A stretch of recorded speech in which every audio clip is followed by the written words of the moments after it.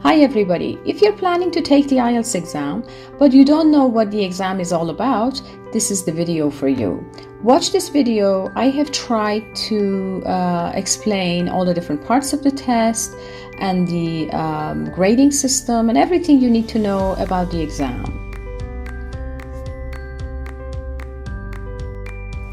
So what does IELTS stand for? IELTS stands for International English Language Testing System. It's a test which is managed by 3 different organizations, British Council, IDP IELTS Australia, and Cambridge Assessment English, and it was established in 1989. Now, there are 2 types of the exam, the academic and the general training. If you're planning on higher education, like getting a PhD, a master's degree, whatever, in a foreign country, or seeking professional registration, you have to take the academic test. But for migration, for secondary education, and just working in an English-speaking environment, all you need to do is to take the general training test. Now, IELTS exam tests 4 different skills: speaking, listening, reading, and writing. Listening and speaking tests are the same in both types of the exam, academic and general training, but writing and reading questions are different.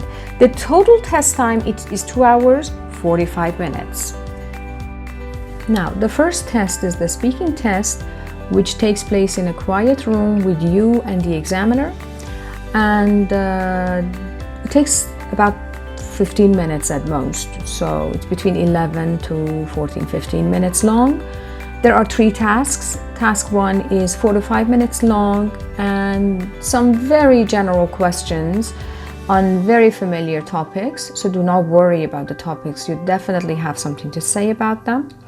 Then you move on to task 2, which takes between 2 to 3 minutes. In task 2, you have to read a cue card which has some questions on it, and you're given 1 minute to prepare your answer, take notes, and think about what you want to say. And then you have to speak for 2 minutes about the questions on the cue card. So you have to make sure that you cover all the different points of that question that you see on the cue card. And in task 3, which is 4 to 5 minutes long, the examiner, the interviewer, will ask you some further questions on the topic that you talked about in task 2. The whole process takes, as I said, 14 to 15 minutes. And next we come to the written exams. They are done on a day separate from your speaking test day, and what you get is a booklet which starts with the listening questions. On the listening test, you have 4 recordings which are played only once, so remember that they are played only once and they are played back to back. There is no pause between different parts of the test, but the test consists of 4 different parts. The first one is a 2-person conversation. You hear 2 people talk to each other. What you have to do and what you have to work on is the ability to listen to something, read questions, and write the answers at the same time. So you have to work on that, listening, reading, and writing simultaneously. So you have a 2-person conversation. Right after that, you have a monologue on an everyday subject. So this is not going to be something unfamiliar to you. It's definitely something familiar. Then you have a conversation between up to 4 people, so it's a group conversation. And at the end, another monologue which is on an academic subject, and usually the most difficult one. In fact, the questions go from easy to difficult. Overall, you have 40 questions. The test takes 30 minutes, but you have 10 minutes extra to transfer your answers from your test booklet to your answer sheet. So do not worry about writing the answers directly into your answer sheet. Make sure you focus on answering correctly. You will have ample time to transfer your answers. Next, we come to the reading test. The reading test consists of 40 questions again, and it takes 60 minutes. You have 3 passages, so like you have about 20 minutes for each passage, but since the first passage is usually easier than the last passage, try to spend less time on the first and the second passage and leave more time for the last one. Now, in the academic test, the texts are taken from books, journals, magazines, and newspapers, whereas in general training exams, you get the same things, but the topics are more familiar, like from company handbooks, from guidelines, sometimes notices and advertisements, as well as books and journals and magazines. Next, we come to the writing test. There are always 2 tasks involved.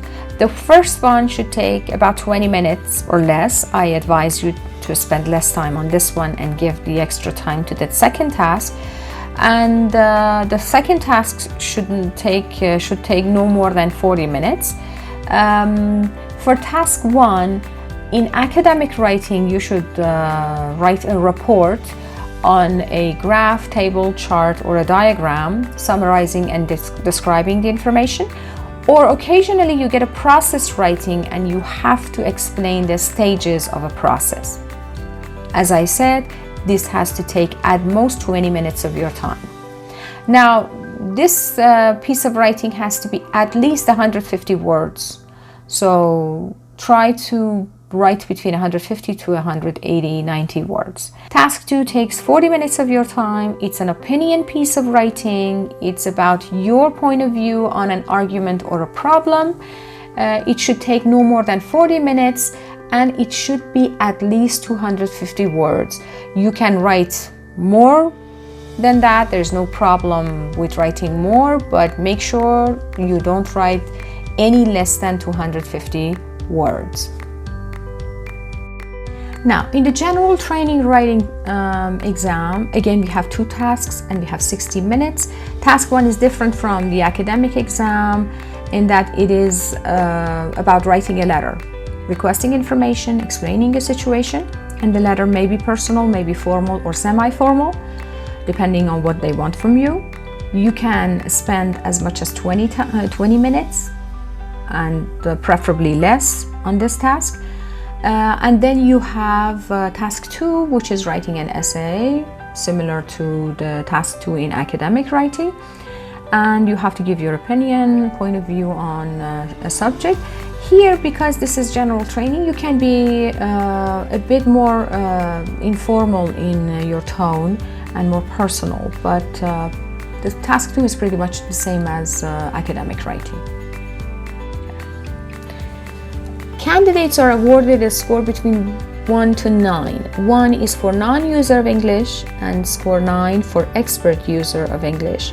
The overall score is the average of your score on the 4 skills, which has been rounded up to the nearest 0.5 decimal. So you get, for example, a score of 6 or 6.5 or 7 or 7.5 and so on.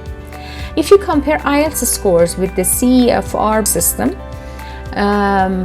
you see the table that you have here, like scores of 1 to 2 are equivalent to A1 level, 3 to 4 A2, 4.5 to 5 B1, 5.5 to 6.5 B2. Scores between 7 and 8.5 indicate C1, and if you get 8.5 to 9, that shows that you are an expert user of the English language and C2 level. And the last slide, which I think is a very important one, is about the marking scheme of the exam. If you have taken the academic exam, you should be able to answer at least 30 questions correctly on the reading section to be able to score a 7, and 30 questions correctly to be able to score a 7 on the listening section. But for the general training exam, to be able to score a 7 on the reading section, you should answer at least 34 questions correctly. Now, for the writing part and the speaking part, there is an assessment criteria. For the writing section, task achievement in task 1 and task response in task 2 are important. Coherence, cohesion, lexical resources, the vocabulary you use, and the range of grammar that you use and how accurately you use them. These are the criteria. And for the speaking assessment also, criteria is fluency and coherence, how fluent you speak, how coherent your speech is. And again, vocabulary you use, the range of grammar you use, and how accurately you use the grammar, and pronunciation. Remember that accent is not important. So if you go sit the exam, you have a Spanish accent, you have, I don't know, a German accent, you have a Persian accent, whatever. Accent does not matter. Pronunciation, on the other hand, is very important. So you should pronounce the words correctly with the correct stress and intonation. I hope you found this information useful. Please don't forget to subscribe to our channel. We will be back with you with more language lessons and exam-related videos.